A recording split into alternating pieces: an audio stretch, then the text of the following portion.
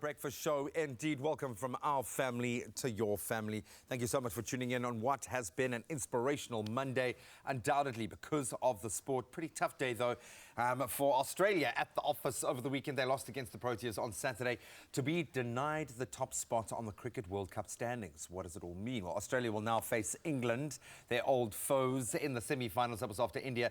That's now been decided. They'll take on New Zealand, who just scraped through, and that's, of course, for a spot in the final to be contested on Sunday. South Africa ending their World Cup campaign on a high with a much needed win over the defending champions Australia. Here to help us review all of the Cricket World Cup action, wrap our heads around what it all actually means, and I suppose in a very nostalgic and quite heartbreaking way, but a fond farewell to a couple of great players. Do you think that's what elevated the Proteas? Because there was certainly a sense of elevation about their performance. They were really good. Yeah, I mean, there was high emotion. You could see it during the game time. There was lots of body language which suggested, you know, hugs and high fives and sort of hand touching. The guys were very much playing for each other.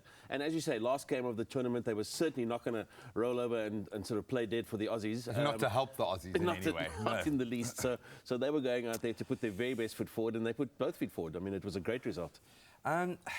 How much hope can we take out of it? Because I suppose a lot of us, we have to look forward for the Proteas, look at what's next, look at the players that are going to take that mantle over. And a lot has been said about maybe the wrong team, some players that shouldn't have been picked. Obviously, from an injury perspective, there were some massive mistakes. Do you feel positive about where the Proteas are going? Because it's now all about the next World Cup, I suppose. Look, I think, Graham, the challenge that lies ahead is firstly, you've got two. We were talking about the fact that they're losing two key players in JP Duminy and Imran Tahir. Those two players you don't replace quickly, and so there's going to have to be an experiment with this one, experiment with that one, and eventually settle on, you know, on somebody who's going to be there long term.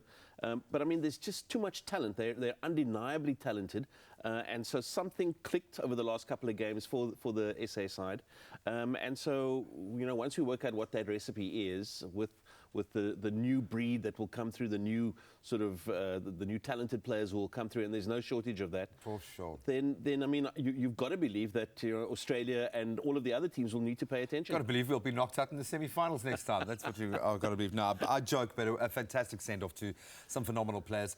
Let's get into the permutations. How much did Australia not want to play England? Is this all right for them? How much of when New Zealand, like the lucky packet draw through this mixer, how important was it for them to end top of the log? Look, I think that that's definitely what their plan was. I think they definitely wanted to be in the number one spot because that would have given them access to New Zealand in the one semi-final, who have gone a bit off the boil. They started They're choking. They're choking. Just that. They're choking. They're chokers. They're the perennial chokers. Yeah. And so New Zealand have gone off the boil, and so they're a little bit more easier picking than maybe the English are.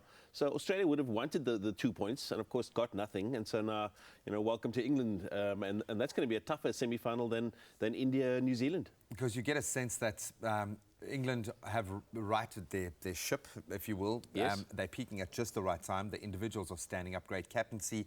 Not so much from an Australian perspective, because it feels like half the players walked off the pitch injured. Where is the psyche of the Australian team now? Are they still in contention, do you think? I know we can't rule anyone out, but I think that Australia definitely very much in contention.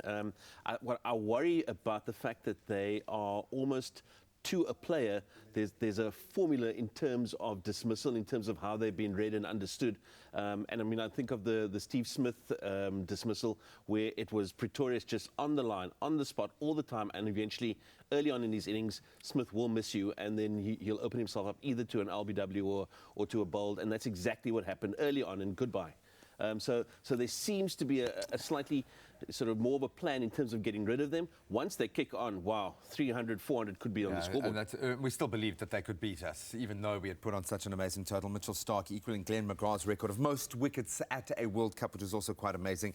But we wait with bated breath now for the actual knockout phase of what has been a really interesting tournament thus far. I know the Proteas not performing anywhere close to their potential, but some fantastic cricket being played.